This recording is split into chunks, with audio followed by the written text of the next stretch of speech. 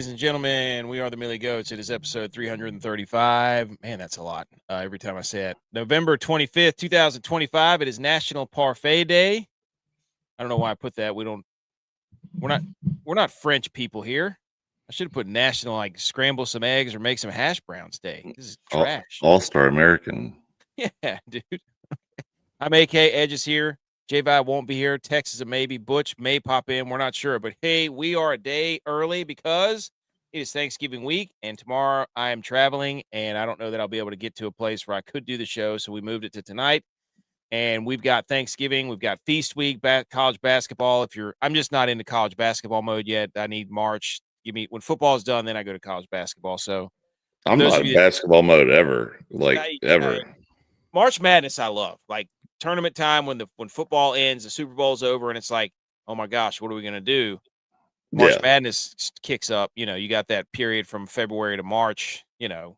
Right. I could get that, but like right now, I'm just like, dude, I don't even want to look at ESPN highlights of basketball. No, there's too much. Football's right where it gets good. So, like, no, all due respect, if you're a basketball, like if you're a basketball head, then good for you. But also, we're there. So you're listening to this. It would be on Wednesday instead of Thursday. But we're going to take you through. I mean, hey, come with us on Thanksgiving. Let's go. We got all kinds of Thanksgiving stuff to talk about. Football from the weekend, college football pick 'em.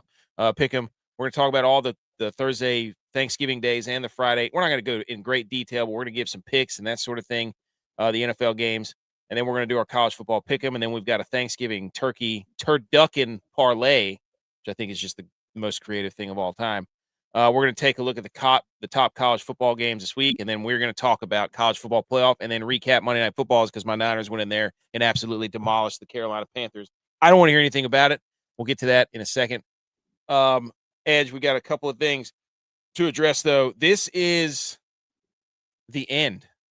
If you're listening to this on Wednesday, first of all, like the podcast, subscribe, leave a review, rate, all that stuff. This is the end of the consecutive days of football tomorrow. Or today on Wednesday. I know, dude. I said it last week. I said it was a sad realization when I was hooking up to the camper and bringing it home that it's getting close to that time where football's about to wrap up. That sucks. Yeah, and then it's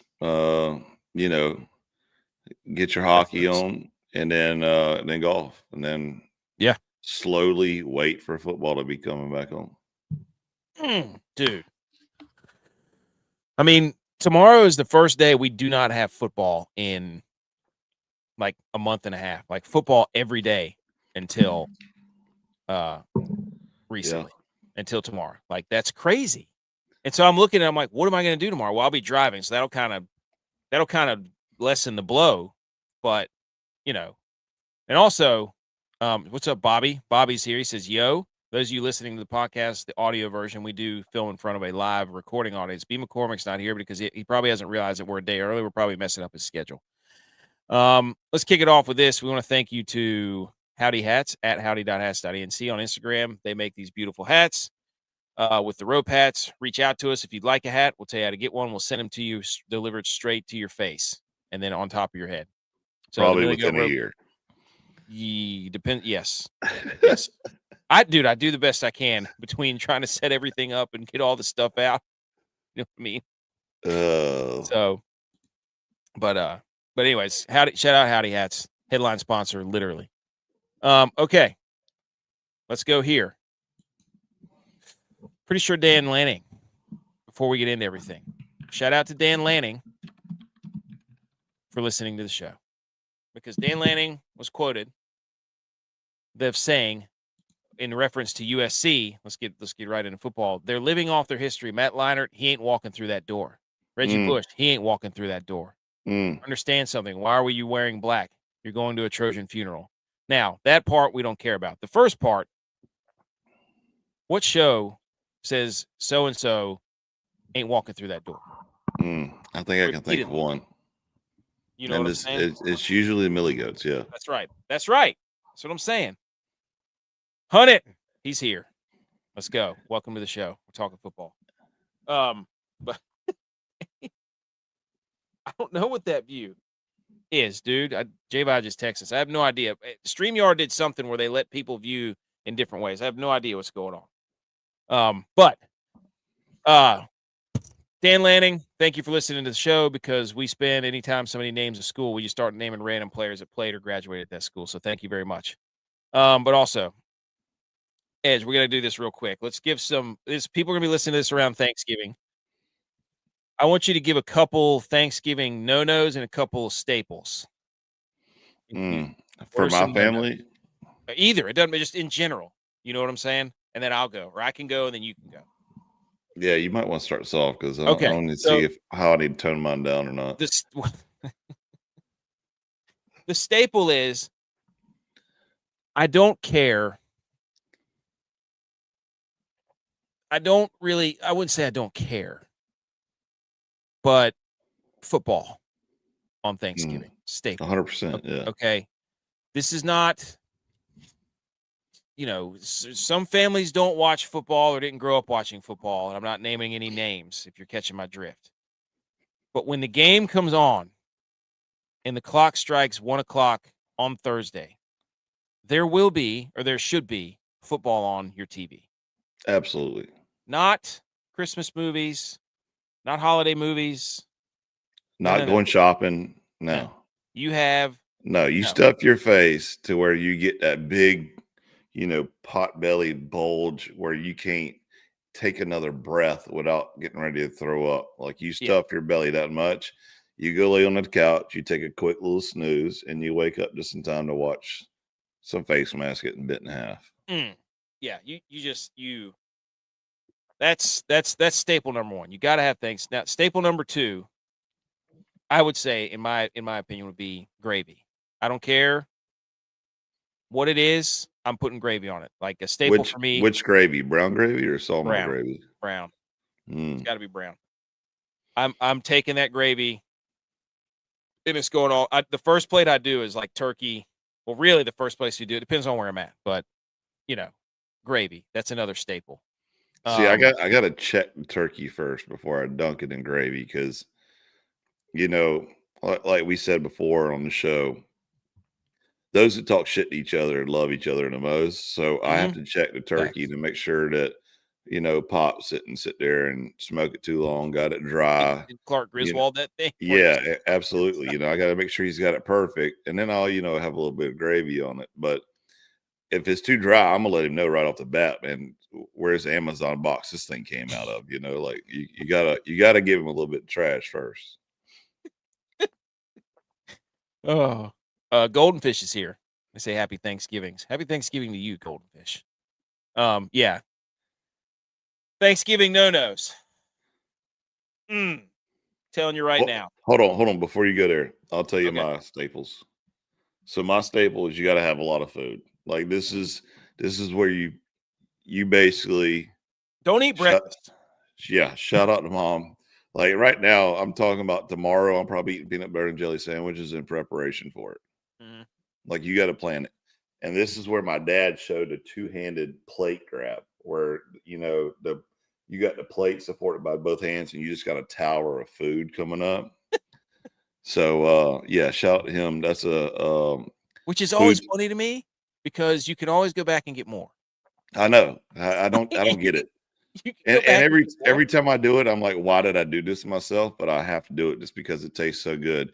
And I don't know why we can't eat like that the rest of the year. Like, why can't we just have some, some of the food that we have during Thanksgiving? Yeah. Like halfway through the year, we just be like, in like April, I guess Easter. So here's my staples: food, football, and guns. Every year, me, my brother, and now our wives go out in the field behind Mom and Daddy's house and have a little skeet shooting contest. And so far I'm in the lead. He's got a new shotgun. Little D's got a new shotgun this year, so he's all excited about bringing it, and thinking that he's going to win. But hey, the champ is hard to knock off top. You know what I mean? So is that you? Oh yeah. Okay. And here.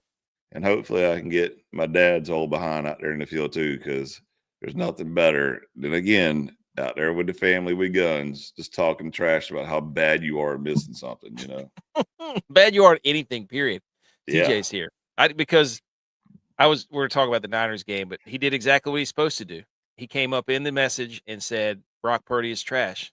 And I said, if you only knew how much my phone was blowing up with with those types of messages the last 10 minutes. I'm going to lead into it whenever we get to it, but he did exactly what a friend is supposed to do. Get up in there, get up in their face, and he was returning the favor because I told him that Dak Prescott was trash. So I got nothing to say, but everything to say. But yeah, and some no-nos. Look, don't come up in there, your no-nos, for Thanksgiving with your carb-conscious, I'm only going to eat protein nonsense. There's no diet at Thanksgiving. Like, it's over, dude. I'm eating pie. I'm eating potatoes. I'm eating it all. Like, yeah. And if you come up in there saying pie sucks, get out. Yeah. Pie does not suck, dude. I agree. You're not eating the right. Well, I got to be careful saying that, but you're not having the right. Somebody's making you the right pies. Okay. Look, pie is elite. Every Thanksgiving holiday, you take a break on Thanksgiving for your diet. Mm-hmm.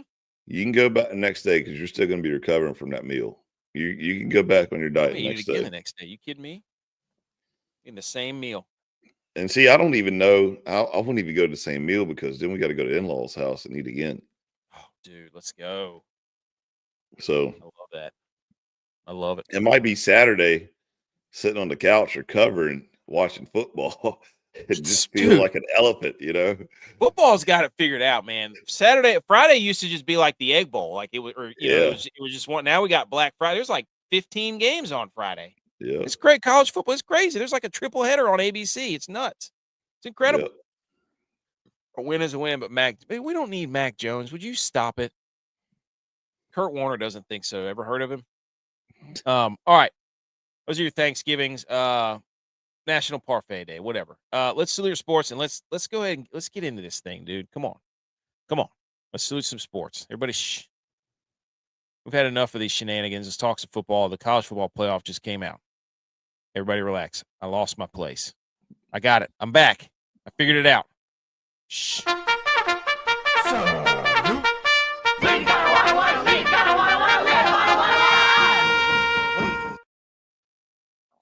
Boom! Here we go. College football playoff. Topic number 1, ladies and gentlemen. About what we expected, I would say. Yeah. Let's go. Ohio State, number 1. Indiana, 2. Texas A&M, 3. Georgia, 4. Texas A&M, 5. Number 6 is Oregon. Number 7 is Ole Miss. Number 8 is 5, not A&M. Oh, Texas Tech, sorry. Oklahoma, number 8. Notre Dame, number 9. Bama, number 10. Miami, number 11. And then the group of 5 representative is Tulane, which has got people sending shockwaves. JMU's not ranked in that spot. But no, the biggest shockwave is stop it with Miami. Just stop it. They're doing that on purpose, dude. Yeah, because they're listening to this podcast and they know to just get my blood pressure up every time. Yep.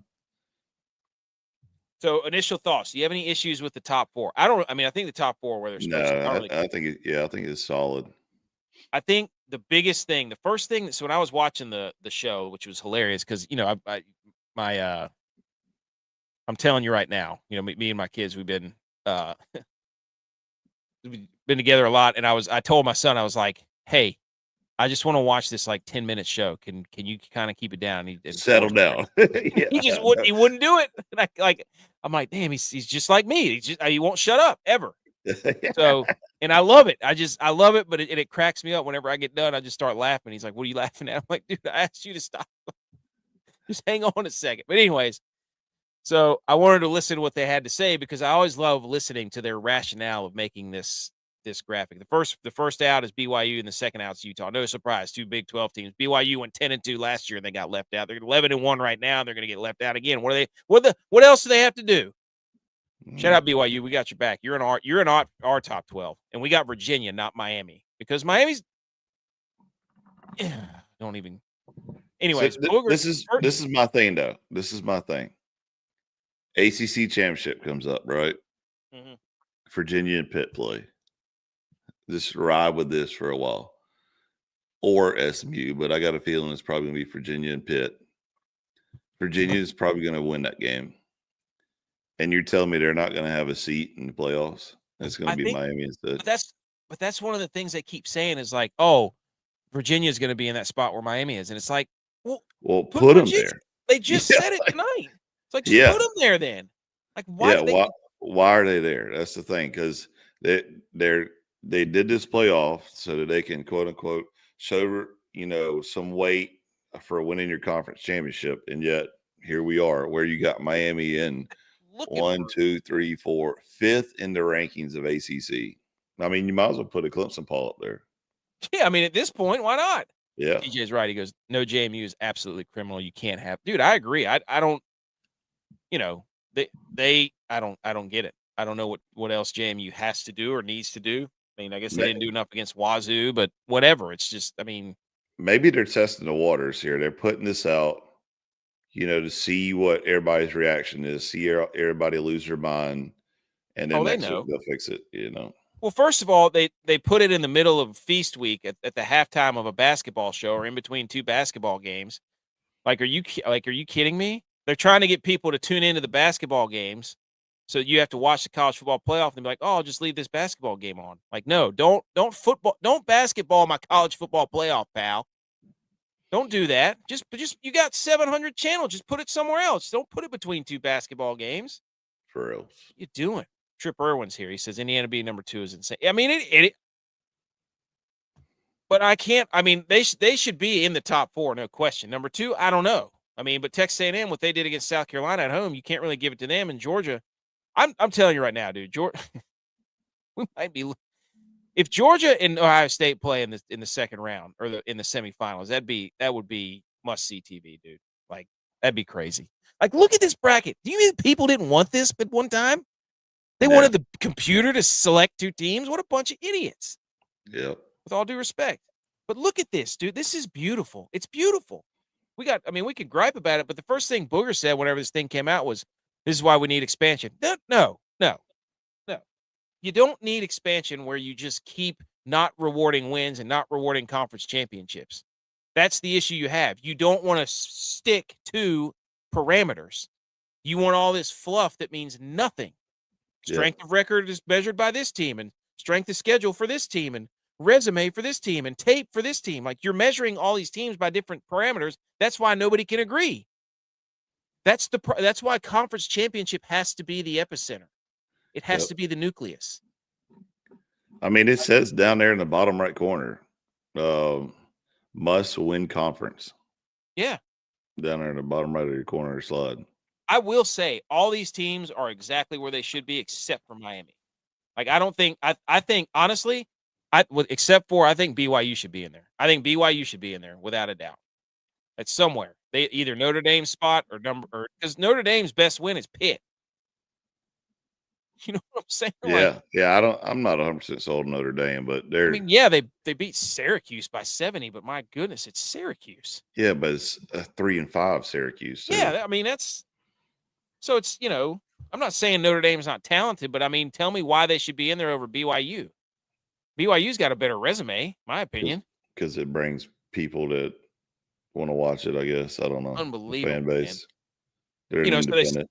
They started with that. Boogers, we need expansion. No, you don't. You don't need expansion. You need to have a system in place instead of changing the parameters every year. It makes no sense. He just said Carson Beck over at Miami is stealing money. It's madness. They said make Indy declare a friggin' conference. Who do they think they are? I love Marcus Freeman. It's gotten out of dude. I mean, it's gotten out of control. You're right. Like, Notre Dame just gets to lose 2 games early and then play nobody the rest of the year, and everybody's like, "Wow, they're playing great." It's like, well, yeah, of course they're playing. And they have talent, but who do we judge them against? The 2 teams they played that were good, they got smoked. They play an ACC schedule. Yeah. But they're scared to play everybody in ACC, so. Clearly. So, again, I like Marcus Freeman too. I think he's a good coach. But again, everybody looks and gets oohs and ahs at Notre Dame, and then they get put up against a team and they get boat raced because they look slow in the defensive backfield. They get torched, and you don't know that until, they're Jeremiah Love. I mean, what do they do outside of Jeremiah Love? That guy's a freak show. So, and they won't stop speaking of Notre Dame, they won't stop about the Notre Dame Miami stuff. They keep like saying that those two are going to be the ones that are head to head against each other going in and out. And then Joey Galloway's up there saying, we got to look at back then Miami was better, but now Notre Dame's better. And it's like, well, you can't just erase the loss that Notre Dame has to Miami. They beat them. I don't care when it was. Yep. So, they said Notre Dame, Miami, BYU, and Alabama are all in the same pool. But but they did ask about Ole Miss. They asked the guy who came on there. He made a 6-7 joke, the commissioner. They asked him about, did Lane Kiffin, does that have any rank? And he's like, we won't have any data points to judge Ole Miss on who they are without their coach. We can't just be like, they lost their coach and then not put them in because we have nothing to judge that off of. We don't know how they'll play without their coach. So, speaking of Ole Miss, TJ said off topic, but I don't know if you guys heard, but Lane Kiffin just closed on a house down in Baton Rouge. No. Well, hold on now. Is it confirmed? Hold on, TJ's an LSU fan. Okay, so he's all up in the message boards, reading this. Reading it. He's tracking planes, and the question is, do they want Lane Kiffin? Does Lane want to go there? What's he gonna do? What are you gonna do to LSU? Get what? Have 10, 11, one win or one loss and then leave or not make the playoff like he does everywhere else? What are you going to get with? I mean, what's he done? What is Lane? I mean, yeah, he's a genius, but what has he done? What does he want? I'm not buying it yet. I'm not buying it till I see him in a press conference and he's over there eating crawfish. But Oregon doing what they've done with all the injuries they've had, pretty impressive. I don't even know who Oregon plays. They play Washington. I think that's it, right? I guess they play Oregon State. Did they stop that? They probably stopped that, I'm sure. Yeah, this is it. This is Oregon's last game. They win this thing. Yeah. What are the Big Ten standings? I think they lost Indiana, Ohio State, Oregon, and Michigan, top 4. So I wonder how that's going to work out. I'm not entirely sure. If Michigan beats Ohio State, who then goes from the Let's go. If Michigan beats Ohio State, who goes to the Big Ten championship? That's the question. Yeah, because you'll have would it be Michigan? No, I guess it'd be Oregon. No, you'll have Indiana undefeated. You'll have Ohio State and Oregon both 10-1, and they'll be 7-1 in the conference. So it'll be a coin toss between those. Damn, and they don't have a head-to-head battle to flip it. So it'll probably be Ohio State going to Indiana. That's crazy, dude. The schedule this week is, oh my gosh, man, it's a thing of beauty. What else about this playoff?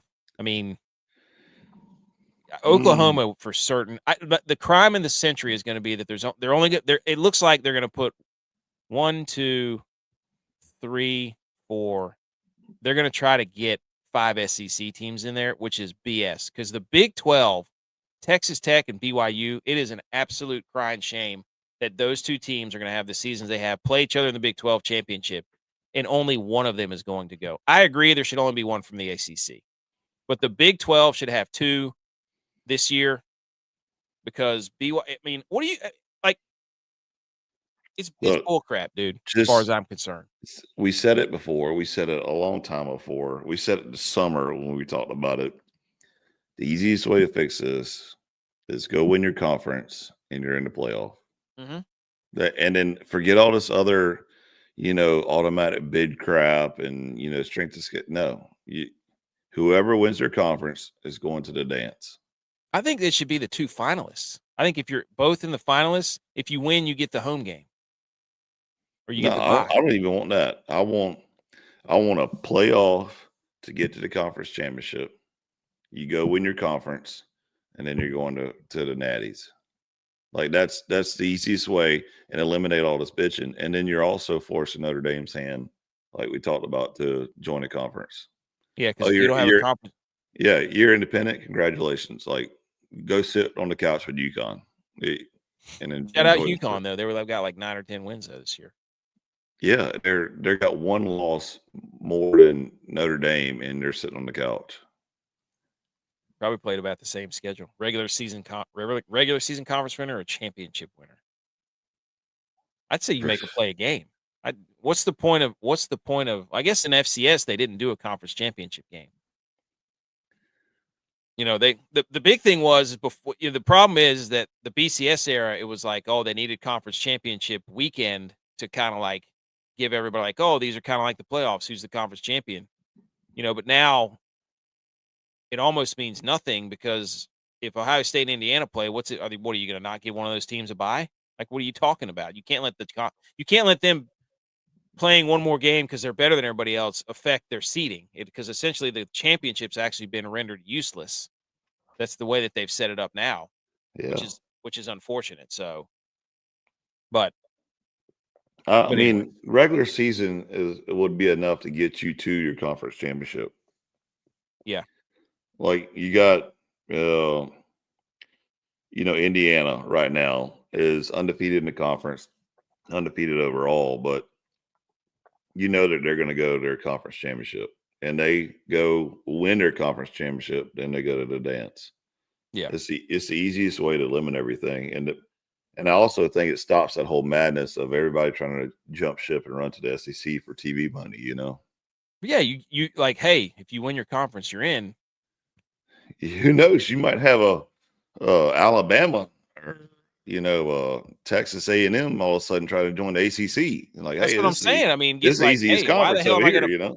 If I'm in the SEC, why the hell do I want to play that schedule every week? Because it's so Right. hard. We've been told, Alabama lost to FSU, who's got 5 wins, but I don't like the fact that there's 5 SEC schools in there. In our top 12, we had BYU in over Alabama. Not because we're like, oh, Alabama stinks, but Alabama's resume sucks. Quite honestly, like I wouldn't say sucks, but That's bad. It's without Missouri and Tennessee, who don't deserve to be ranked. I'm sorry. They're no better than anybody else. That was their big claim to fame, is they have 4 ranked wins. And it's like, yeah, but it's Missouri who they just rank, and everybody just goes and slaps around Missouri and goes, oh, ranked win. Yep. Get out of here. Regular season conference winner gets the bye. Then the number 2 and 3 play each other for the second. Oh, that's a filthy. I like that, dude. The regular season conference winner gets the bye. Then the 2 and 3 teams play each other for the second spot in the playoffs for 2 automatic bids. I like that. That's fun. You win your conference, you're going to the dance. Yeah. The second spot from the conference in the Power Fours is up for a playoff to get into the playoff. That's beautiful. You're just basically modeling it, after the NFL, basically. I like that. Without all the wild cards and other crap that they try to do now, but that's what they do in FCS. That's how they can get such a big, you win your conference, you get in, and then you get the at-larges. But anyways, that's all the college football playoff talk. Let's move on to, there's the rest of the rankings. Arizona snuck in there, Tulane's in there, Georgia Tech still in there, Pitt's still in there. A lot of the SECs or the ACC schools here at the bottom. But look how far down they are, though. That's what drives me crazy. You got Miami up there at 12, and then you got SMU, Pitt, and Georgia Tech, who are all ranked higher in ACC 21, 22, and 23. What are we doing here? It's just the stupidest thing I've ever seen in my life. Have you not seen the tape? You got to go watch the tape, man. Yeah, I've seen it. Yeah, I've absolutely That's seen the other thing. They get up there, and Joey Galloway was yelling about, you're not watching the tape on Notre Dame. They look better. And it's like, that's great, dude. Every team looks better on paper. Every SEC school looks better, and if you take their shirts off and line them up. Every SEC school is going to be favored at a neutral site. But guess what, dude? It's football. You have to play the game, and if you play the game and you lose, you don't get to be ahead of that team. I'm sorry. You lost to them. No matter what you want to say, like, you lost. So, golly, it makes me so mad. There's the rest of the rankings. All right, moving on. Monday night. Of course. Yeah, here we go. Yeah. Monday Night Football, dude. 49ers win 29 in your face, dude. Yeah. In your face. Congratulations. I told you before, I do not care about the Panthers. Never did. You somehow forced me to marry this team and think that I'm a Panthers fan. You are. Quags, is a devout Panthers fan. He was talking a little trash. I did watch the first quarter, I think, of this game, and I was like, Niners might be in trouble. No. But CMC, hey, he was like, you know what? I'm going to remind the Panthers what they lost. Yeah. But go ahead. This is your moment. Go Niners ahead. 8-4, dude. Bask in your glory. Look, first of all, I knew we were in trouble when they When zoomed in Brock on Purdy. Purdy kept throwing 6 interceptions? No. They zoomed in on Purdy during the national anthem, and he had a cold sore on his lip. And I'm like, oh, God, our quarterback's got herpes? Shit, Oh, wow. Hell? Yeah, big cold sore. And I was like, uh-oh, he's not feeling right. He's sick. That's my first thought. Then they zoom into the crowd, and there's a little kid that has a split Carolina San Francisco CMC jersey. That was awesome. Saw that, yeah. Then we get the first drive from 49ers. They go 15 A lot of Carolina fans over there in Cali. I was surprised to see all those Panthers blue and black jerseys. What, dude? No. There was a lot, dude. There was a couple camera shots that kind of bass around. So, wow. Because from what I heard, every team that comes to the Panther Stadium, like the Bills, for example, it turns into a Bills home game, or a Cowboys come to play, it turns into Cowboys home game because Charlotte's a bunch of losers and doesn't have they're fair weather. They all have other teams. If the Panthers are good, they wear their Panther stuff, but the other teams, they're notorious. Carolina Panthers fans are for having a second team.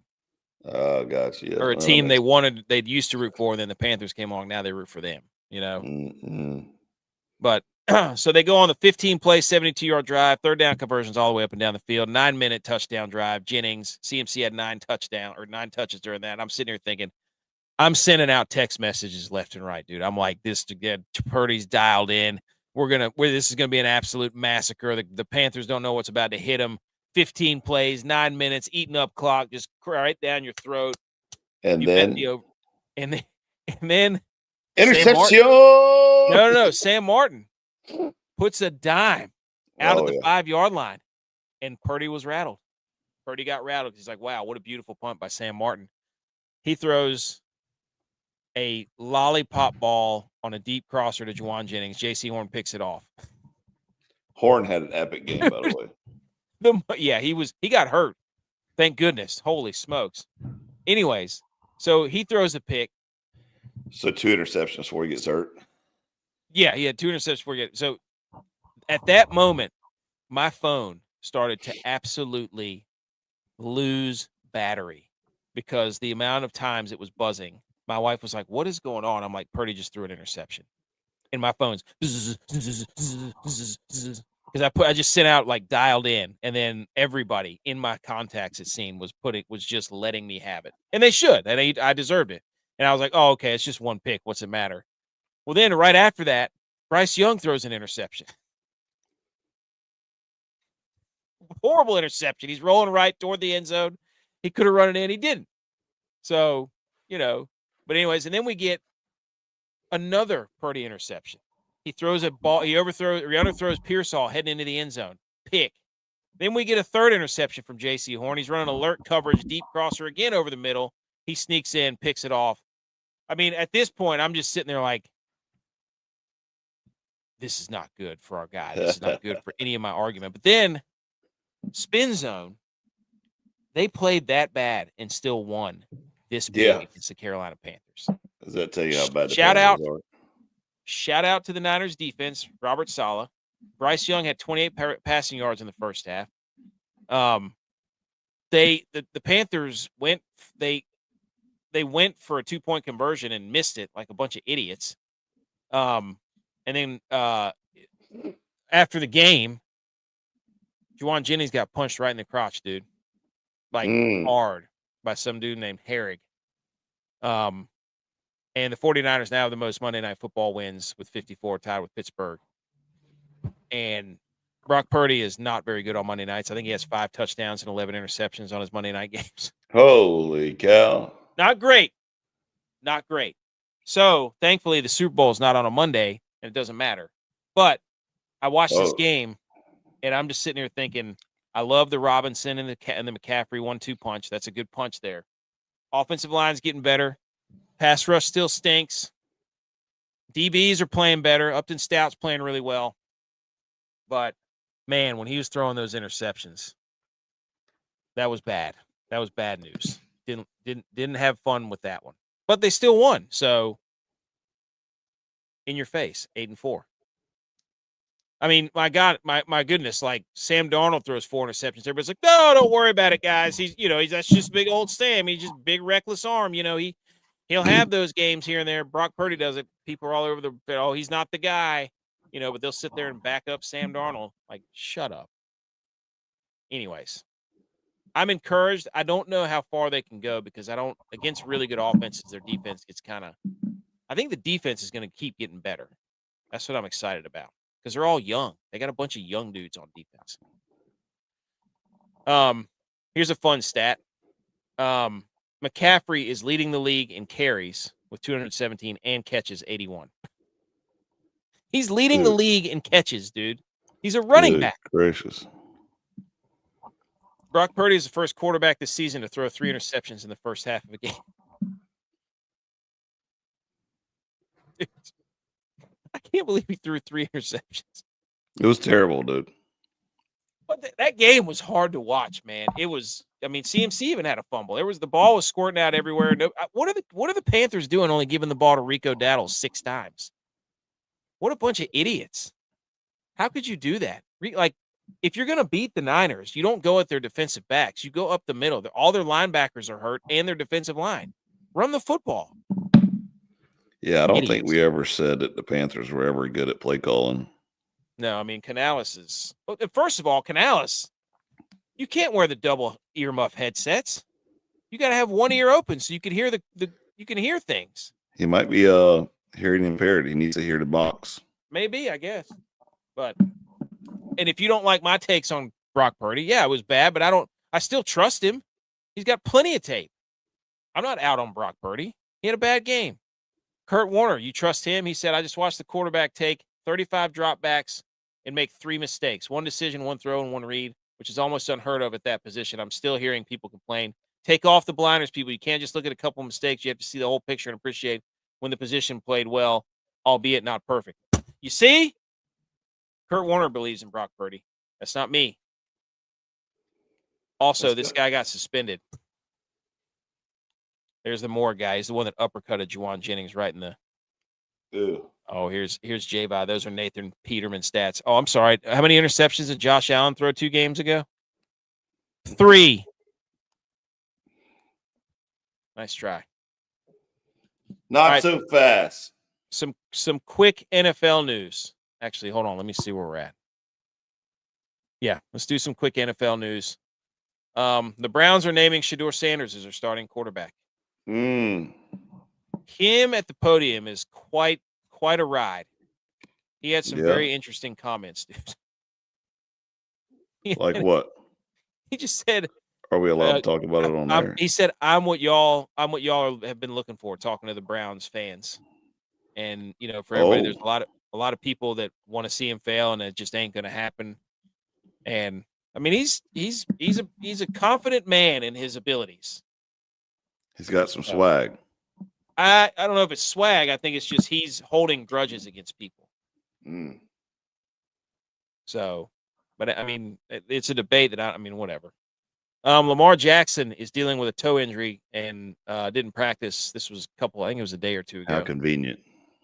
He's had a hamstring issue, a knee issue, an ankle issue, and now a toe issue. So, he's playing bad. So there has to be injuries, right? Like, he hasn't thrown a touchdown in like 2 games. So, but I mean, hey, we were told that he's a pocket passer and he should have no problem throwing from the pocket, right? So his numbers should be great, correct? He doesn't need his legs, right? He's the best passer since Joe Montana, from what everybody says.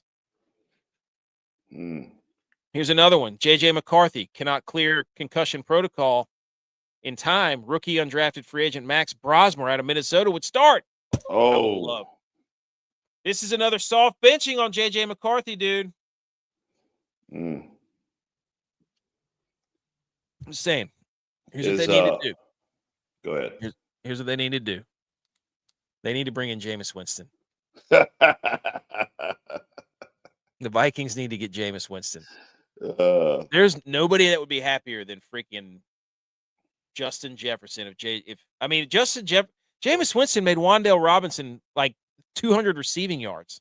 Could you imagine what he'd do with Justin Jefferson? Yeah. So, but I'm excited. Could you hear those speeches though? Oh my gosh. Oh my! Are you kidding me? Man. Hey, we're inside, but we're outside. We're inside, but we're outside. He would be awesome in Minnesota. He looked good in purple. Bengals Coach Zach Taylor says he expects Joe Burrow to play on Thursday versus the Ravens. There you go. I need to change my pick, dude. Dang it. Here's the current playoff picture. AFC, the 1 seed of the Patriots. The 1 seed in the NFC is the Rams. As it stands right now, my 49ers are the 7 seed, just like the Buffalo Bills. The Cowboys are not in the playoffs. These matchups would be – there's a lot of green on this, a lot of green and red. Green, red, and blue. Yeah. A lot of green, red, and blue on this matchup. And the Super Bowl's got a lot of pink and blue, and yellow. That's a good point. Huh. Maybe if you mix the colors together, I don't know. That's really like blue and purple. I don't know. Red and purple gives you pink. But Rams, Niners, Philly, Chicago, Green Bay, Seattle, and Tampa Bay. And then in the AFC, it's the Chargers, the Ravens, the Jags, the Colts. I don't know how the Bills and the Broncos. No idea how the Jags are in the playoffs. Hilarious. They're good, man. Awesome playoff probability by Sebastian at Mr. Case B on Twitter. It tells you with a win going into week 13, with a win what the team's playoff percentage is, and with a loss what it drops to. So with a win this week against the Browns, the Niners would go to a 90% chance to make the playoffs. On Thanksgiving, with a win, if the Cowboys win, they have a 29% chance to make the playoffs. So they're done. If the Chiefs win, they have a 73% chance. So this is if the Cowboys lose, there's a 7% chance. What's the top 3 teams up there? Patriots, Rams, Eagles. They're all at 99%, and the Broncos too. They're up there. So this is a pretty awesome graphic. Yeah, that's pretty cool. So shout out, Mr. Case B. Go follow him. All right. Now, all that to lead into this. Everybody, shh. Football. Yay, yay. Okay, ladies and gentlemen. I love how you're just not hitting a football. Yeah. We've been talking about football the entire show. Gotta love it, dude. We need a producer. I'm not a good producer and MC or whatever you want to call it. First game up, 1:00 on Fox. Detroit Lions hosting the Green Bay Packers in NFC North battle. Let's go back and see. Oh, whoops. If the Lions win, their chances go up to 87% to make the playoffs. If they lose, it goes to 55%. If the Packers win, it goes to 92%. Ooh. And if they lose, it goes down to 65%. I love that graphic. It's just phenomenal. So this is more. It tells you who's in a must-more win game. It's Packers need it. Yeah. No, the Lions need it more because if they lose, they have less of a chance to make the playoffs. Now, the Detroit Lions have had Dan Campbell calling plays. Both of these offenses are in a little bit of flux. The Lions are coming off the Giants, who they had to beat in overtime. The Packers just played. Who'd they just play? Goodness gracious. It was a very inept offense. Cannot remember who it was. I'll tell you in a second. Go ahead. But you've got two teams that on paper, the Vikings. They played the Vikings, and it was the JJ McCarthy. Yeah. So, and the Vikings actually beat the Lions in Detroit. So you've got Jared Goff, Jahmyr Gibbs, Jameson Williams, St. Brown, so on and so forth. And then you've got the Packers, who can't figure out their offense. Emmanuel Wilson, he had a really nice day last week. The Packers defense supposed to be their bread and butter, their A game, this and that. So really, it's going to come down to, can the Lions move the football and run the football against the Green Bay Packers with Jahmyr Gibbs? Can they keep Jared Goff clean? Because this is a nasty pass rush, and Jared Goff is terrible whenever he gets pressured. We've seen it for years now. I don't know, man. I think this game is going to be awesome. I think I have the Packers covering. I think the Packers overall are a better team than Lions. Ooh. I really do. I have the Packers plus 2.5. So that would be Packers money line plus 125. That's a stout bet. I keep watching the Lions like they have escaped the last couple of games. They've escaped like bad teams, barely. They got beat by Minnesota. They went in overtime. What was it, last week against the Giants, right? Yeah. Which Jameis Winston led Giants. They got beat by the Eagles, and they put up 9 points. Yeah. They lost to the Vikings at home. Beat the Commanders. Yeah, beat the Commanders. And beat the Bucks. Beat the Bucks. So their last 3 home games, they're 1-2. And they lost to the Vikings at home and damn near lost to the Giants at home. I'm taking Lions this game. So I say, and I say it because of this.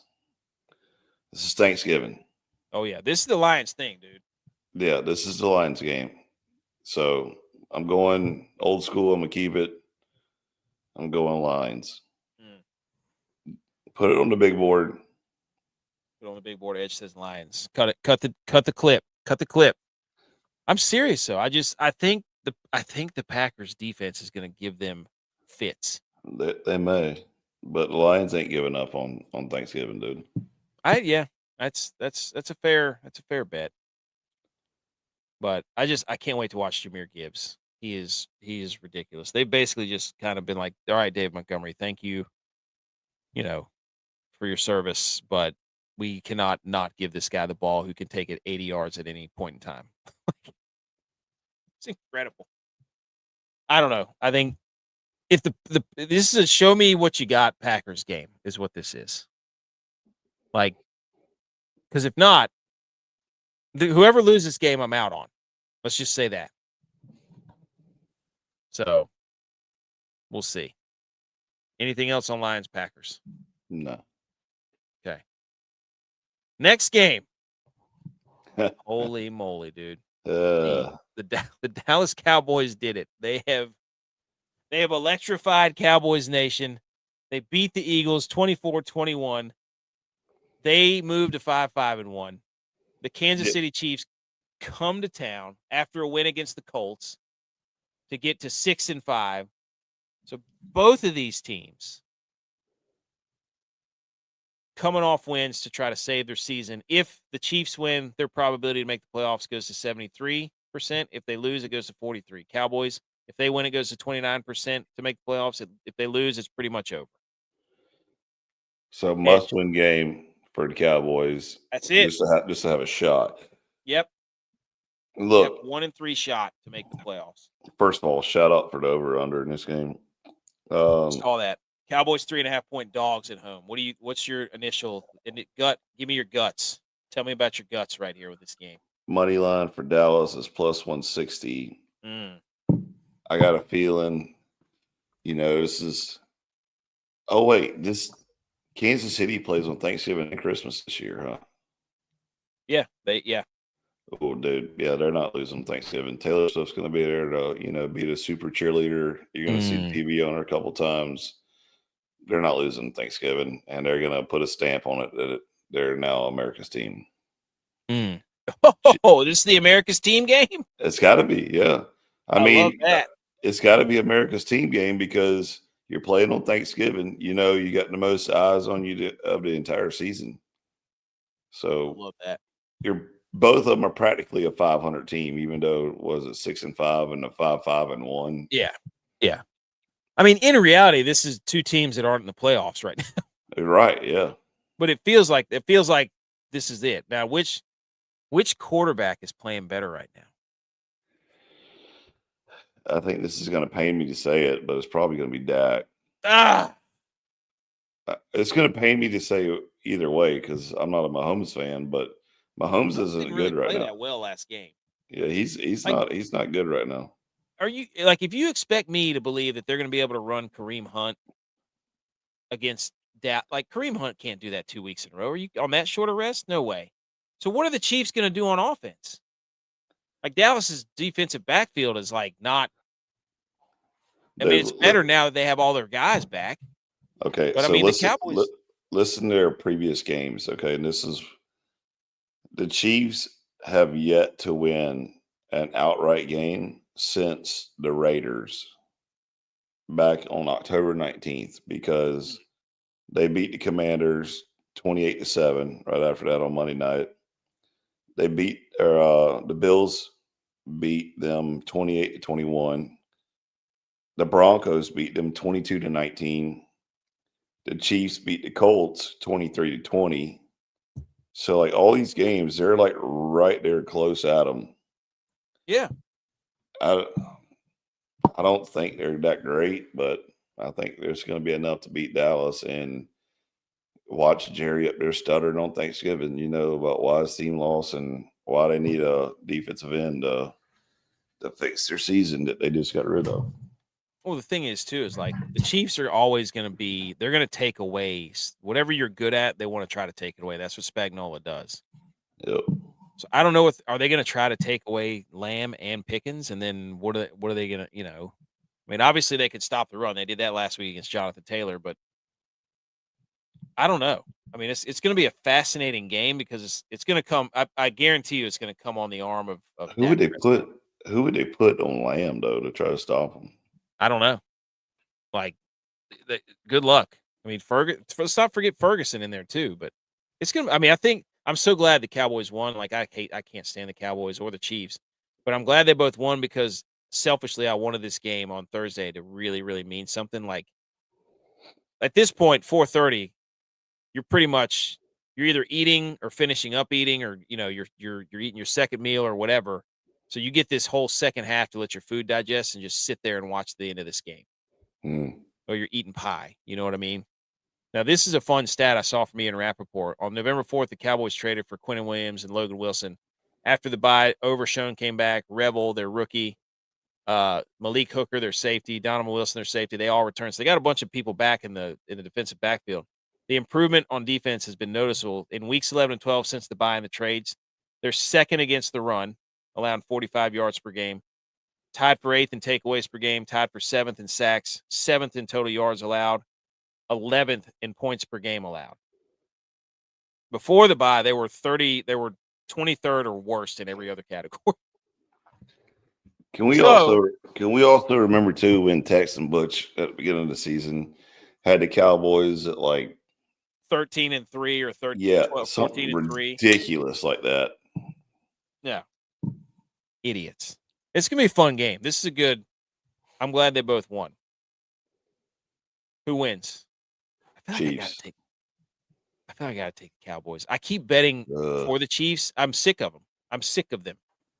I can't do it anymore. I'm taking the Cowboys to cover 3.5. And the night game. The 6-5 AFC North division leading Ravens, who have been Dude, shout out these over-unders. I like it.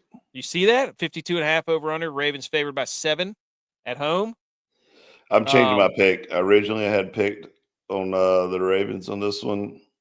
I'm changing it, though, because Joey Burrow is coming back. So I'm going to take the Bengals on this one. And you got Lamar out for, his toenail. He's not out. He's just. I mean, He's hurt. He's limited. So that's why he's not playing well. Sure, whatever. It's an excuse for a loss, is what it is. And Joey B's going to come back out there and just run it down their throat and throw it down their throat. So Jamar Chase isn't playing though. I'm still taking. Oh wait, no, wait. I think he's back this week. I'm still taking Bengals all in. Let's go. It definitely Joe Burrow and the Cowboys, they save Thanksgiving. Like the Bengals defense stinks. If the Ravens can't score points against the Ravens or the Bengals defense, who did we just the say? Bengals are terrible this year though. They're 3-8. Oh my gosh. Yeah, they're not good, but they still could win the division. Okay, let's go to our playoff predictor. If the Bengals win, their chance goes to 4%. They're done. If the Ravens win, 81%. If the Ravens lose, it goes 57%. So, should I stick with my original gut then? I don't know, dude. Joe Burrow is walking through that door, but shout out Dan Lanning. Did you hear that? But the Bengals, their defense sucks, dude. Their defense stinks. So if the Ravens are going to have an offensive resurgence, now here's what happened. Remember, the Ravens took all the games out of the locker room, and so since they did that, their offense has stunk. Their offense isn't fun anymore because they took all the games away. So yeah, God dang, this is a tough game to pick. Who are you going? I'd probably take the Ravens. No, actually, I'll take the Bengals to cover is what I'd do. It's AFC North. This happens every time. Who would you go money line though? Money line? I'd probably take the Ravens. Yeah, I think I'm going to go Ravens too. There's no way the Cowboys win 2 high-profile games in a row. Who said that, BMO? BMO. I mean, this is what I don't care if they win it. I need them to cover. And secondly, this is what I wanted on Thanksgiving is to have them have their hopes way up here and then get them absolutely crushed the remainder of the year. Whoops. So I take Bengals to cover the spread. But if I was taking money line, I'd take the Ravens. 820. So there you go. Go take a walk. Also, shout out to all the college people if you're listening to this podcast who are home for break and like you're just out hanging and going to the bars with your buddies. Dude. Staying with your parents, going out on a Monday and a Tuesday night. Some of the most epic parties was when you went back home for Thanksgiving and while you were in college. Oh my gosh, dude. Shout out to all those people. Yes. Man, that's pretty good. It's tough to get, one of my neighbor has 2 kids that are in college and they're doing that. You know what I mean? Like they're over. She was like, yeah, so-and-so's he's out watching football with all his friends. And it was Sunday night. And I was like, I bet he is. Yeah, I bet he is. I was like, man, that made me think of that. Friday game. Eagles off their loss to the Cowboys. Bears coming to town. Caleb Williams getting all the credit, even though there's plus 16 in turnover differential and the number 2 running defense or running offense in the league. Caleb Williams gets all the credit, guys. It's Amazon Prime, 3:00. Over unders 44.5. Eagles favored by 7. It's in Philly. We're gonna see what Caleb Williams is made of. Okay. Yeah. Go ahead. We'll look something up. Yeah, I'm going Eagles all the way on this. I mean, yeah, I think it's still hard for me to get behind the Bears. And we said a couple shows ago that like, did you ever think that the Bears would be in the spot they're in right now, like at the beginning of the season? Absolutely not. So I guess my old football head is still coming back in, but yeah, I think the Eagles has got this on a wrap. Well, here's the quarterbacks that Bears have played: Joe Flacco, Jackson Dart for a half, JJ McCarthy, and then Mason Rudolph. Like everybody's like all over the Bears and like, look at Caleb Williams and look at I'm like, they're plus 16 because they're playing Joe Flacco, they're playing Russ Wilson who came in, they're playing JJ McCarthy, and they're playing Mason Rudolph. Like, and they're winning those games by 3 points, 2 points, 5 points, 4 points. Like they're not crushing these teams. And again, it's hard to win in the NFL. Good for the Bears. They're 8-3. I mean, hey, run your mouth, dude. Like, let it happen. But we're about to find out who the Bears are because they get the Eagles, the Packers, the Browns defense, the Packers again, the 49ers, and then the Lions. So they've got a 6-game stretch here where it's about to get insane. And I haven't seen people want to make believe the Steelers are a good defense. Their defense sucks. You know, so we're about to find out who the Bears are, because this Eagles defense is legitimate. So Is this the first time that they had a Friday football game? no, they've been doing this. I don't remember it. This Maybe is I've the always been stuck at work or something and just never paid attention to it. But this is it's a the good best setup, one. you know? Yeah, I mean you've got this, and then you've got like 15. The third annual Christmas Eve tacky Christmas, dude. That was, man, the Christmas Eve tacky Christmas sweater party, and then the day or two before Thanksgiving party. That's the epic parties that we used to have though was the Halloween, yeah, right? yep. And then that rolled into like we're still recovering from Halloween, and then you went home for Thanksgiving and had parties, and then the Christmas week of parties. Yep, man. So I'm saying, dude, if you're doing that and you just happen to stumble across this podcast, I fist bump you right now. Like, don't listen to this. Just go do another one tonight. Go to another party. Don't be like, oh, I can't. Don't. Just go. There's plenty of time for you to live and recover later. Yeah, you'll be fine. Go to fourth quarter performance, get you some BCAAs right, and dude. some EAAs. Right, dude. Hey, just go ahead and have a good time. All right. I think the Eagles destroy them. Yeah. I know the Eagles can't run the football. They only let Saquon Barkley touch he ran it like what, 7 or 8 times last game or something. Like That's stupid. Yeah. There's no way. Like there's no way the Eagles lose this game. I feel like the Bears, they're in for a rude awakening. Shout out Hendog. So I think Eagles win and cover. Rude awakening. For a rude awakening, man. All right. Moving on to college football again. We're back to college football. We're zigging. We're zagging. Big time football episode. Okay. Shout out to the FCS bracket. This is what a freaking college football playoff bracket looks like, you bunch of losers. North Dakota State, number 1 seed. Montana State, 2. Montana is the 3 seed. Tarleton State's the 4 seed. So you've got 8 top seeds, 16 really seeds, and then I think it's a 2014 playoff. I mean, how beautiful is this? Yes, that's the way it's supposed to be. But again, if you win your conference, you're in. So, and I think there's like 7 or 8 conferences. So the top 8 teams, they get their, top 8 teams for the conference get in. So I don't even want to talk about that. Shout out to Max if you're listening.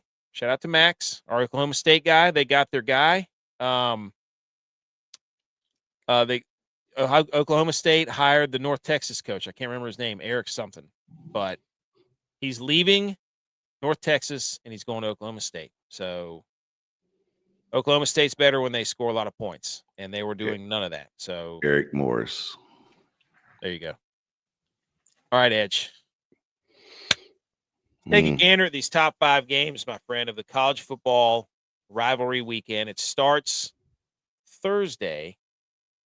I believe it starts Thursday. Hang on. No, it doesn't. Yeah. Well, you have Navy and Memphis on Thursday. So. Oh, yeah.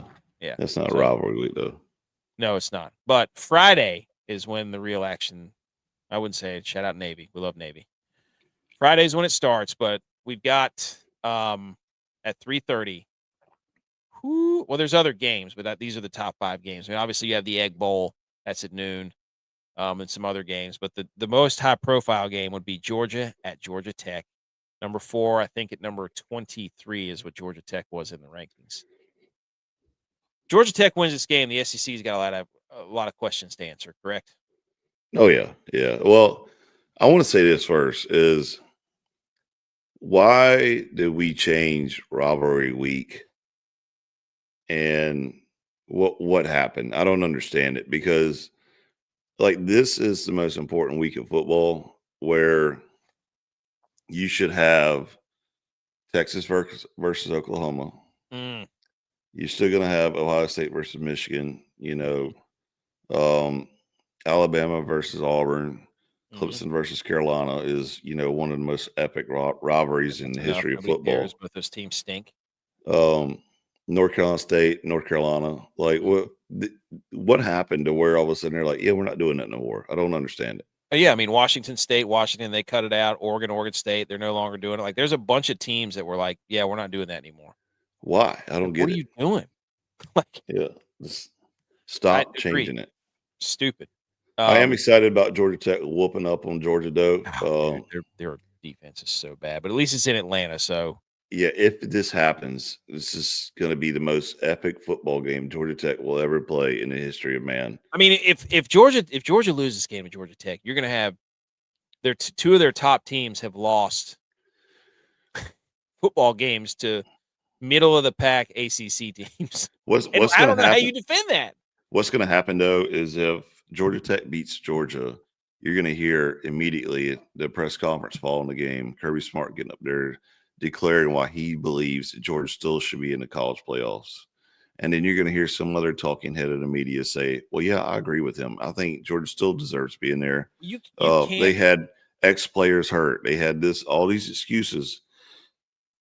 And you know what? What we just said is prove it on the field or go home. Well, what you can't do is sit here and spend 14 weeks bashing the ACC, telling them they're nobodies. That's right. That's and right. then turning around and being like, that was a quality loss. And, our only loss was to number 23, Georgia Tech, and number 8, Alabama. It's like, you either think the ACC is a joke or you don't. You can't have it both ways. So, I think in reality, Georgia's got this game in the bag. Probably Georgia Tech's defense is awful. Yeah, and those are some big dudes in Georgia. Yeah. Like those are. That's a good point, Josh. Josh says there's no money in it. Good point. You're pushing a house, but yeah. And then we get Texas A&M at Texas, and this is Friday too. I mean, there's some bangers on Friday on ABC. You get the Egg Bowl at noon, then you get Georgia Tech at 3:30, then you get Nestle in 7:30. You get Texas A&M Texas, and you get Texas A&M's favorite on the road. So, but this sucks because if Texas wins this game, we're gonna have to sit here and listen to that trash about how Texas should be in the playoff. Like, come on. No, A&M's got this covered. So it's going to get nasty. Texas might win the first half, but A&M's got it. And then you got Ohio State, Michigan. Like, look, this is the one game that I circled that I can't. You can't pick a winner. Well, I can't. I don't. My wife, she said something. She sent me this picture of something to do on Saturday. It was like an air show, and I was like, "You do realize that Ohio State, Michigan played noon on Saturday." We're not going. The only show we're watching is that show for 3 hours. So, but anyways, this game, you don't even need to talk about it. It's just Ohio State, Michigan's incredible. It always is, and it's supposed to be. Hold on, let's watch this. Look at this. You want to break your face. Saturday's weather forecast in Ann Arbor is 30 degrees with an 80% chance of snow. Oh, buddy! In the words of Tech, football is best served. Give me that. Then you got Miami at Pitt. That's at noon also on ABC. Pitt Miami's is favorite going to whoop that behind, dude. Well, Pitt's ranked too, so I didn't get to. I think they're ranked 22nd or 23rd or something. But so the graphic's wrong. But I mean, that's a huge game in the ACC. Pitt wins that game, they go dancing. Like they get a chance to play for the playoff. Yeah, absolutely. So and then it ends all this stupid drama of why Miami should be ranked. Yeah, agreed. Like Carson Beck's going to throw a back-breaking interception to lose it. Watch. Oh yeah, it's going to be terrible. And then cap your Saturday night off. I don't care who's ranked. I don't care if nobody's ranked. The Iron Bowl is one of the greatest spectacles in sports. It is. War damn Eagle. It's the Clemson of Alabama. So let's go. Let's go. I mean, you don't have to tell me. Alabama's favored by 6.5. It's at Auburn, 7:30. Woo, buddy. I mean, this is just what a way to end the college football season. I mean, all right, and that's not even the best part. You get look at this. Other games that you could tune into. San Diego State at New Mexico, Mountain West title berth on the line. Troy at Southern Miss, Sun Belt title berth on the line. You got Vandy in Tennessee, Oregon State and Washington State, Pac-2 championship. I'm excited about that Vandy Tennessee game. That's a little that's going to be a rivalry, man. I mean, it's what makes it great. And you got Western Kentucky at Jacksonville State. That's up for a Conference USA title berth on the line there. So there's throughout this throughout this whole day, these are the big 5, but there's also like 4 or 5 other games that are like win and go to your title game of like the group of. It's phenomenal. So what a Saturday. Oh baby, Yeah. here we go. Cowboy fans here. He goes, "What's good? Ohio State and Michigan will be." Dude, this whole slate, like, there's nothing that you need to do more than just eat leftovers and put yourself in a coma and make yourself so sick that you can't move, even if you wanted to. You eat so much food and your blood sugar goes so high that you get into a diabetic shock that your legs get diabetic neuropathy for like 3 hours for like 3 days that you just can't move. So I'm a little and then bit you just, upset that I can't watch the Ohio State Michigan game or the Pitt Miami game, but why can't you? Clemson Carolina's playing it then. Oh shit. Well, you need 2 what are you doing? No, 2 dude. TVs. Yeah, I'm good with 4 or 6 TVs or 8 TVs and all that trash. But when Clemson Carolina's playing, it's only one that matters. All right. That's you can have it on somewhere. Who do we got No. winning the Natty? I mean, look, convince me that Ohio State isn't going to win the Natty. I mean, I don't. A&M might do it. They have too many times where they have lulls. I don't like it. You pick their team as a favorite.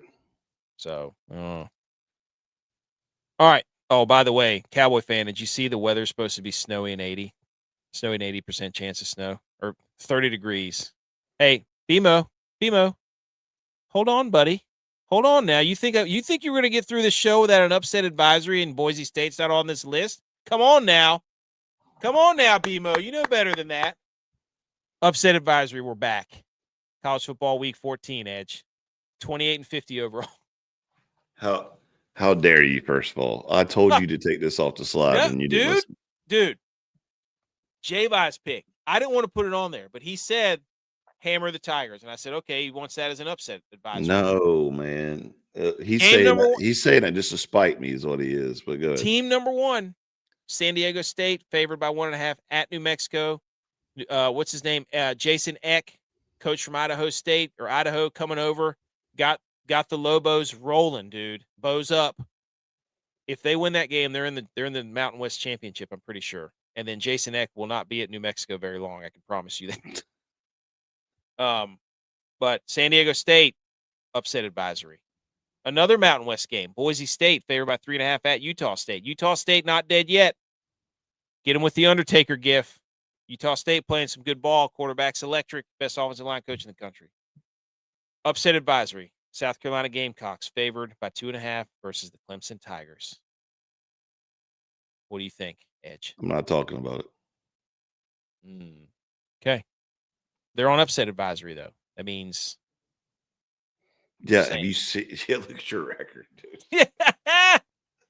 You should feel. Well, I guess you should feel really well. Yeah.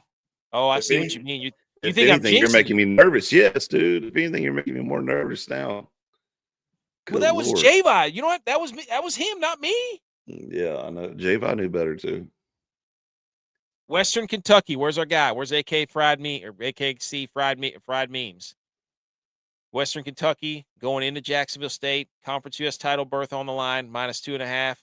You're not beating the Gamecocks, dude. Georgia Tech losing to Pitt was so infuriating. Trap game. It was so infuriating. And then Haynes King threw that pick 6. They were about to bring it to a 1-score game, and he threw a pick 6, and they're up down by 14 again. Miami's on upset alert, 6.5 point at Pitt. Okay? Absolutely. Confident. And I'll give you that one.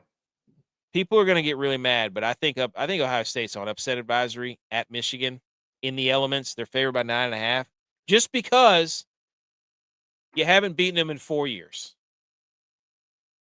There's an entire class of incoming freshmen or outgoing seniors that have never seen Ohio State beat Michigan. Like, Jim Harbaugh ain't walked through that door. He's not, but it's in Michigan. If this game was Ohio State, I'd be like, it's a blowout. It's a 3-touchdown game. Tom Brady ain't walked through that door. Pitt will blow a big game 99.33% of the time. 99.34 is higher. Telling you right now. So that's upset advisory. All right. We're going to pull this down. We're going to do our college football pick 'em real quick, Edge. Then we got a special Thanksgiving Day turducken 6-leg parlay that we're all going to sweat together on Thanksgiving. It's going to be absolutely incredible. We only pick stuff from Thursday's games instead of the picks of the week. We'll get those out later because we had to adjust some stuff to earlier in the show, to earlier in the week. So let's pull up. You know what? I'm going to play the electric guitar, and we're gonna pick some freaking football games right here. Hang on. I'll tell you right now, I'm fired up to pick some football games. We're 15-15. We are back. We started off 6-9. We employed a new strategy. Now we're 9-6, and now we're back to even. So this is our chance right here to show who we are and what we're made of. Everybody.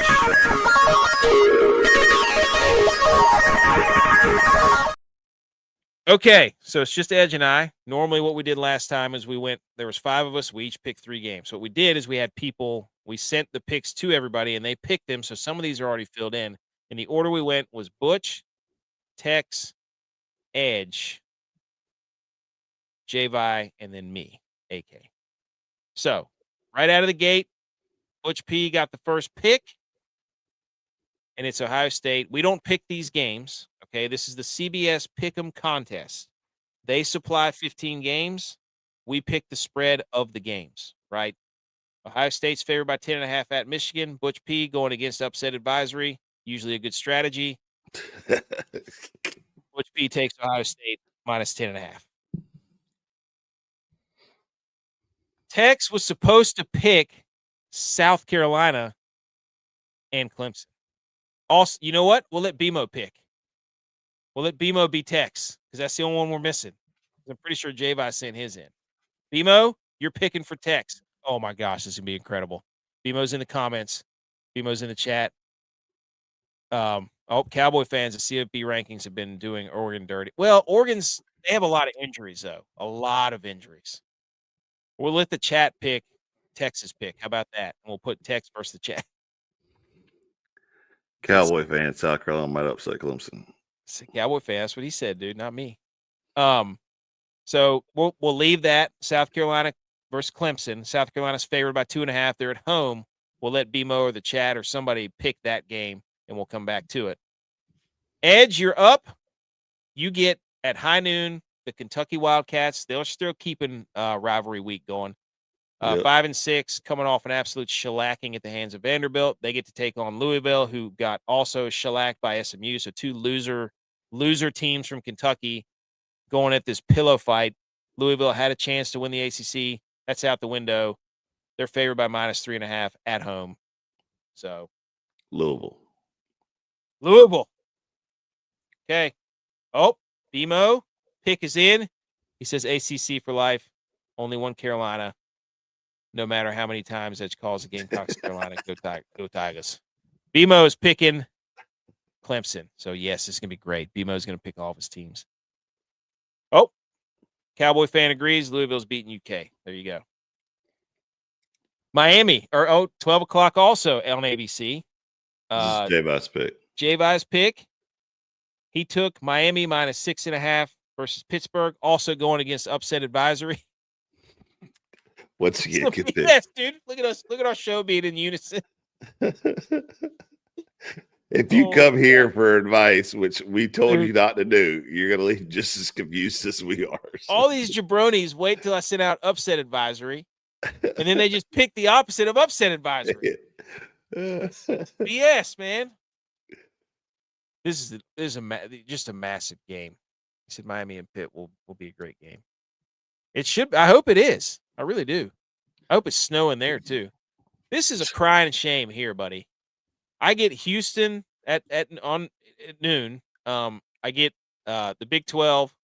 Houston's got 3 losses. Baylor's done. They're terrible. They were my dark horse to win the Big 12. So I'm up against a rock and a hard place because Houston's playing for nothing. This is probably Baylor's senior day. Baylor's favored by 2.5. But Baylor looks to be really bad. Every time you pick Houston, it never worked out for you. You know what? I'm doing it. Houston. Houston, give me the road dog plus 2.5, baby. They had it last week. They let me down. But I believe in Houston. Come on. Over Baylor. And then Butch P, he took Big 12 matchup again, Saturday at 1 o'clock. UCF is a 17.5-point dog at BYU. And Butch P took BYU to cover that, and I agree. I agree with that. BMO, you're up again. LSU versus Oklahoma. Yep. 10.5-point favorites are Oklahoma. They're ranked 8th in the country, firmly in the college football playoff, coming off a big win against ranked, quote-unquote, Missouri. Thank goodness we don't have to deal with that anymore. 9-2, Oklahoma Sooners, taking on the LSU Tigers, who'd they just play? They had a big game against somebody. No, I'll look it up for you. It was pretty close. But anyways, I feel like they hung around. It was Western Kentucky. They barely beat Western Kentucky. I remember I was watching that game. They were starting a new quarterback. Also, somebody else starting a new quarterback. Oh, that's in the Iron Bowl. Yeah, there you go. Cowboy fans is Western Kentucky. The Hilltoppers, baby. That'd have been awesome if they would have won that game. So BMO, or maybe even Cowboy fan. Do you want Oklahoma minus 10.5 or LSU plus 10.5? I know what I would pick. Edge. Yeah, buddy. Back on the clock, 3:30 Saturday. Cincinnati plus 4.5 at TCU. TCU's favored by 4.5. It's hard for me to buy into the hype of Cincinnati right now. I'm going to go to Horned Frogs, Texas Christian. I agree. They just beat Houston on the road. Quarterback is Hoover. Hoover was actually slinging that thing. You know what? Cowboy fan, he says Oklahoma. Guess what? I would agree with that. I agree.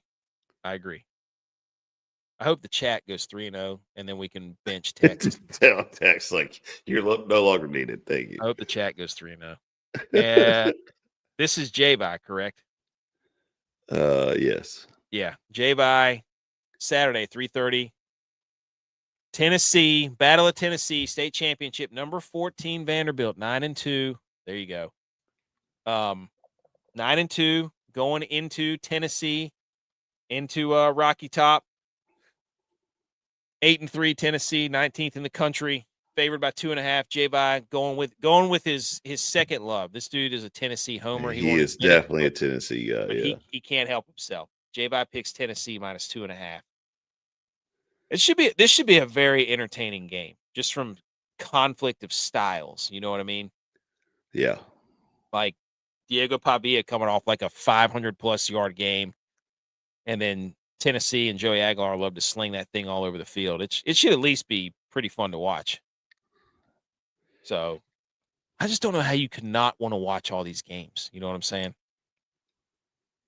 Bimo said Boomer Sooner, Dabo coaching tree dub, go Clemson Tigers. OU is an embarrassing landslide. Boom. There you go. Okay. Agreed. All right. This is you. This is me. Number 6 Oregon, 10-1, 7.5-point favorites at Washington. Washington 8-3. Been close. Washington's been close. Oh. There he is. Friday KC, you must have heard your ears burning, my friend. I was just asking where you were. I had Western Kentucky is on upset advisory against Jacksonville State. I'll show you the graphic in a minute. Oregon. They have a lot of injuries, but I'm pretty sure, is Washington's quarterback hurt? I think he's hurt. Is he going to play? I know he wasn't playing the other day, but he is having quite. Yeah, he left in the third quarter. Last game. Concussion or what? I don't know. But if he's playing,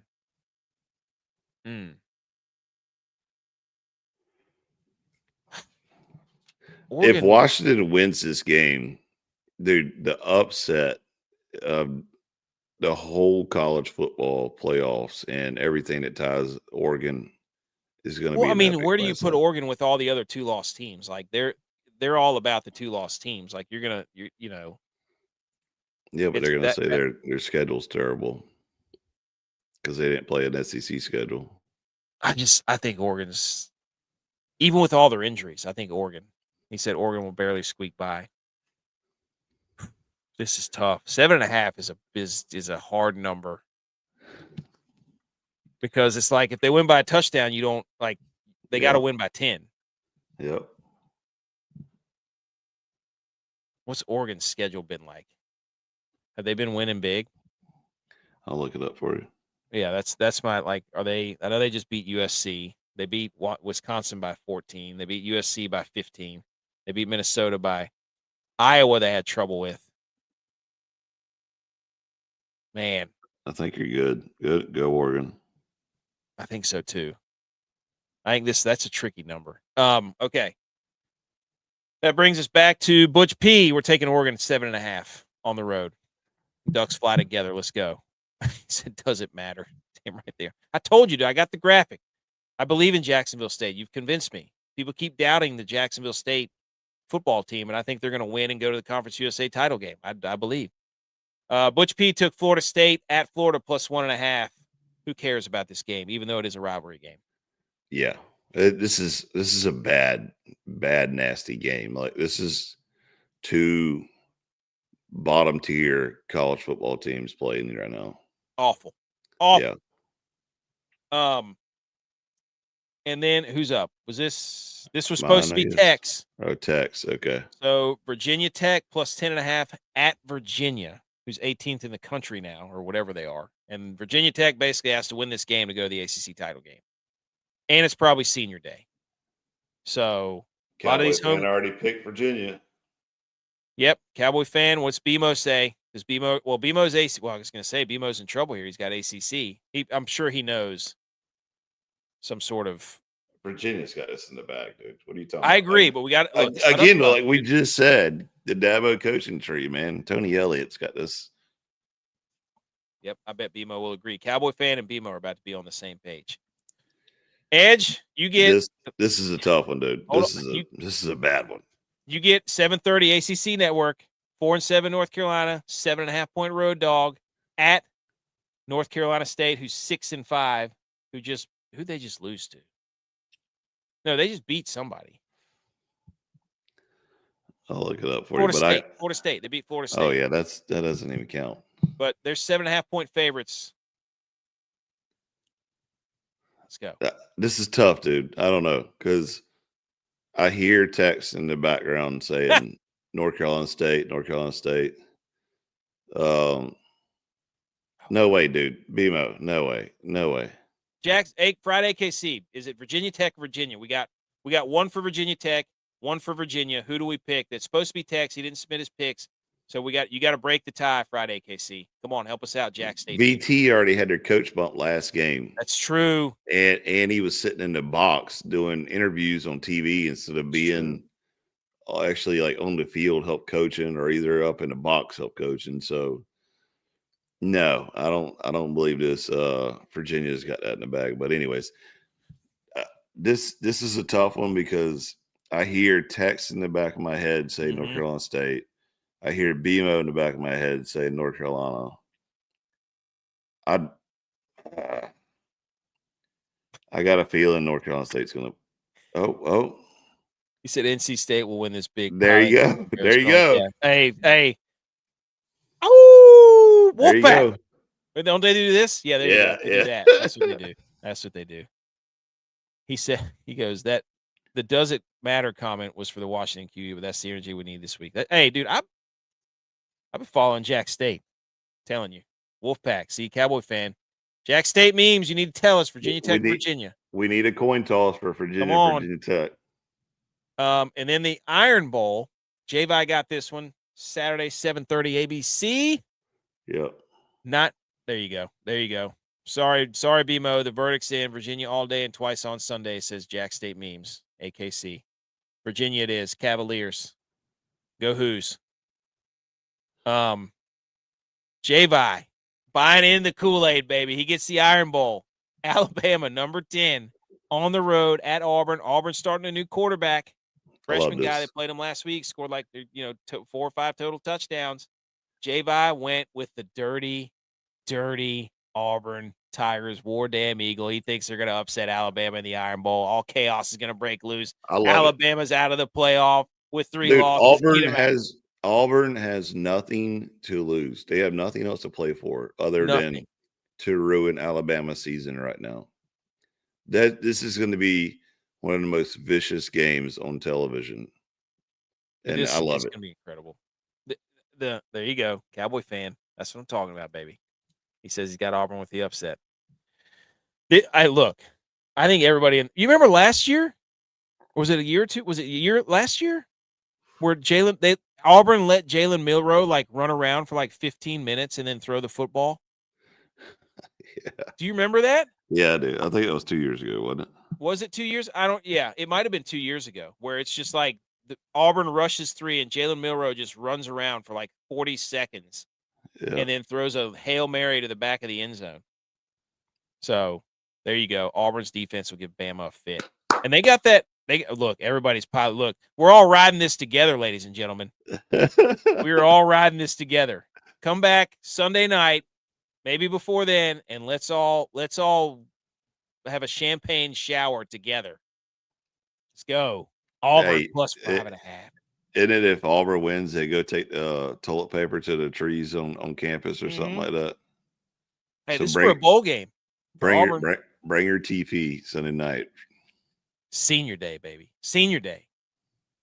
Oh God, he said that's night game at Jordan-Hare is almost as powerful as a home game at Amherst, which is Jacksonville State Stadium. I love this dude. This is one of the best accounts on Twitter. He's an absolute electric factory. Dude loves his school. I root for Jacksonville State now too because of you, dude. And I'm an App State guy. But we got nothing to root for recently. Last game, 7:30, Rose Bowl. This is a Rose Bowl, isn't it? Isn't this at the Rose Bowl? UCLA at USC. USC is favored by 21.5. That's a lot of points. Come on now. UCLA sucks. So come on now. Hey, Trojans, give it to me. Yeah. That's a solid pick. Yeah. 3 touchdowns. That's a ton of points, dude. What is UCLA right now? 2-8. 3-8. They had a little run there where they were like, Neuheisel, and they won like 2 games in a row. So yeah, what was their quarterback? Iamaliava. That guy stinks. USC beats him, no doubt. I know they beat him, but they beat him by more than 3 touchdowns. They beat him by 24, essentially. So fight on, he says. Trojans. There we go. What's the score for Alabama-Auburn? Golly, that's probably like a 21-18 game. Or it's 21-17, I bet. Or 2017. I bet it comes down like a last-second field goal. I think it's 20-17. I bet you. Auburn. UCLA, I bet you they get 18 and then they got to beat them like 40-18. Goodness gracious, that's a lot. Talking 22 damn points there, dude. That's crazy. Maybe they get it's gonna happen though. 22-43. Yeah, 45. Let's do that. Lock it in, ladies and gentlemen. Those are the picks. Those are the college football. Look, this is beautiful because Tex didn't submit his picks. Everybody else got their picks in. We're going to ride this along, okay? Thank you. And you'll be happy to know, Cowboy fan, that Tex is actually a Cowboy fan. So we talked about the Cowboys earlier. We put up a stat earlier about how their defense is much better after the trade and the bye. So noticeably better. They're like 4th against the run or something. But we're going to ride these picks, and we got one more thing to do before we get out of here, Edge. And that is the Turducken parlay, 6-leg parlay of the week for your Thursday Thanksgiving day.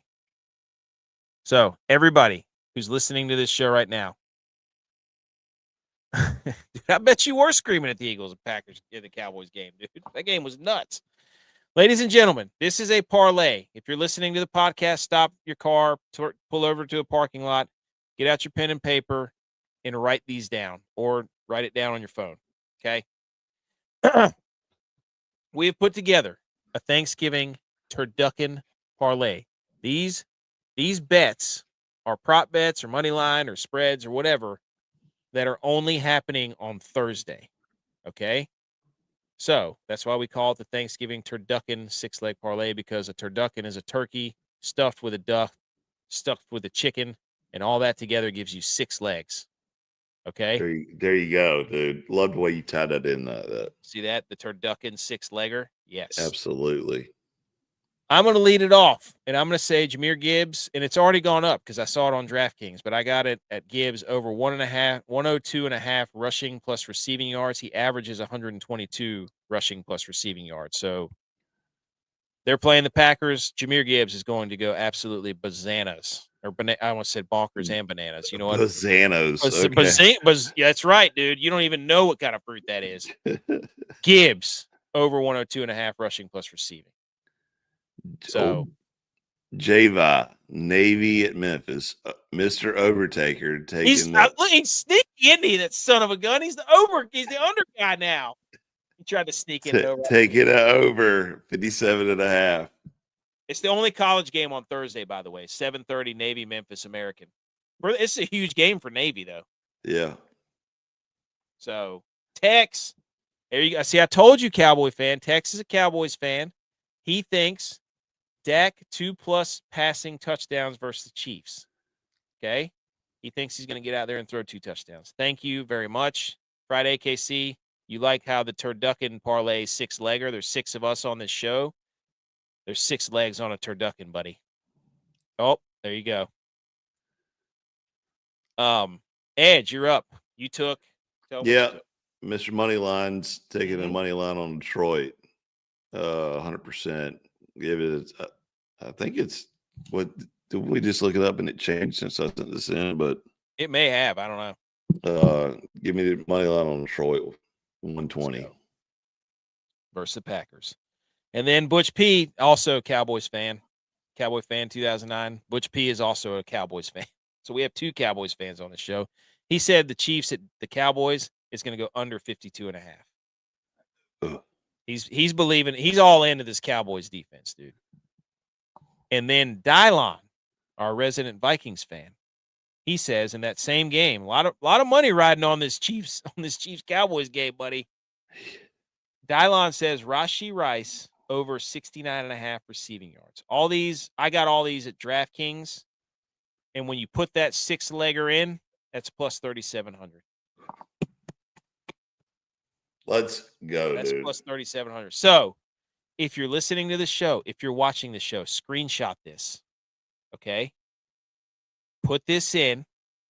Tag us on all of our social medias. Or any of our social medias. And let's gravy sweat together. Let's gravy sweat. Let's start off. Let's start off with a Gibbs 102.5 rushing plus receiving. He's going to get that in the first half, no question. Then you go to the second game, and then Edge. We need the Lions to win, so we're all rooting for the Lions, and we need Gibbs to go off. Then we go to the second game, and it's Dak getting 2 touchdowns. It's the gritty defense that we need. And then we got Dylon getting us Rashee Rice over 70. And then it all comes down to J-Bye. J-Bye 7:30. You're not watching Bengals. You're not watching Bengals Ravens. Who gives a rip about that game? You're watching Memphis and the midshipmen ripping it up, trying to score 57.5. Let's go. And then we're all celebrating. And you're going to take that money you won and go on Black Friday and get yourself a nice 72-inch TV so you can watch the Niners absolutely throttle the Cleveland Browns on Sunday. And that's how your Thanksgiving is going to go. You're going to take that money that you won with this parlay and go down to the Best Buy and spend it on Black Friday. Cowboys fans got the screenshot. I'm going to put up our socials. Oh, shout out to Fourth Quarter Performance. Hey, the Turducken Parlay brought to you by Fourth Quarter Performance. Creatine, protein, BCA Super Greens, promo code GOATS20. Go get all your stuff from fourthquarterperformance.com. And get some more protein there, fourth quarter performance. You're out of chocolate. Oh yeah. I gotta text him. Also, by the way, how dare this guy who said ham's better than turkey at Thanksgiving? Get the hell out of here, pal. Josh Barzon. First of all, you should be eating prime rib instead of turkey, or prime rib instead of ham, buddy. I feel like Christmas is ham. Look. All right. So now that you've got that parlay, you screenshot it, you're going to put it in. We're all going to sweat it together. And if it's dead in the first leg, Edge and I apologize.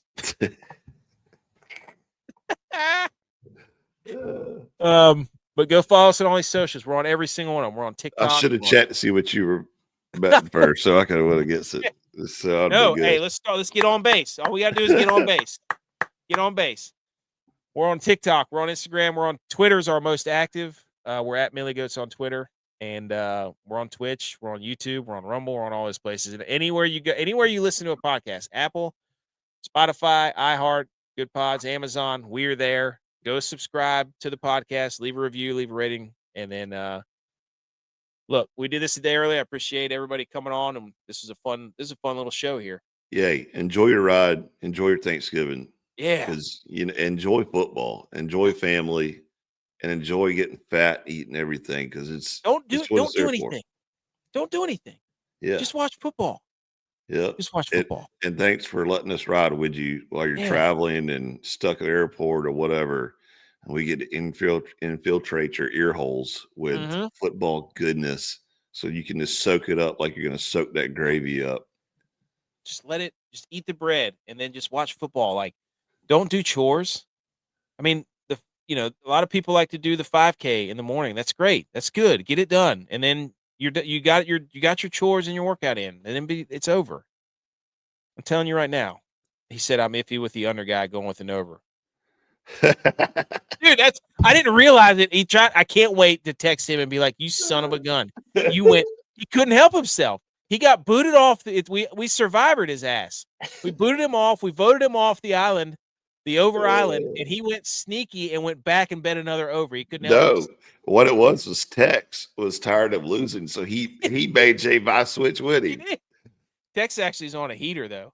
We're gonna put out our other picks later. We'll put that out later in the week. But right now we're worried about the turducken parlay. I'm gonna tag Big Cat in it and be like, Big Cat, listen to this logic of the turducken parlay. 6-legger, 6 legs on a turducken. Let's get the whole nation on this. Yeah. I'm gonna send it to him in a DM too. Be like, look, turducken parlay, 6 legs. Thank you. Hey, Jack State, when you put that baby in, nobody screenshot it. You screenshot the graphic. You do not screenshot when you put it in. Yeah. You just say I'm riding, because if you screenshot the bet, it's over. We all know that. Over. You don't screenshot while there's games being played. You could screenshot this. You could screenshot this graphic, and then just say I'm in, and just put gobble gobble, or or something, or just put a chicken, a duck, and a turkey emoji, and tag us in it. Okay, he knows. He's no rookie. All right. Hey. All right. That's thanks it. again. Happy Thanksgiving, everyone. If you like the podcast, go subscribe and rate and review and all that stuff. We're keeping up with the Jones. A lot of people are taking the week off. We said, you know what? We're just going to do it a day early. So we appreciate it. Everybody. We'll see you back here Sunday night. You're so cool. And on our show, you're going to rule. Football.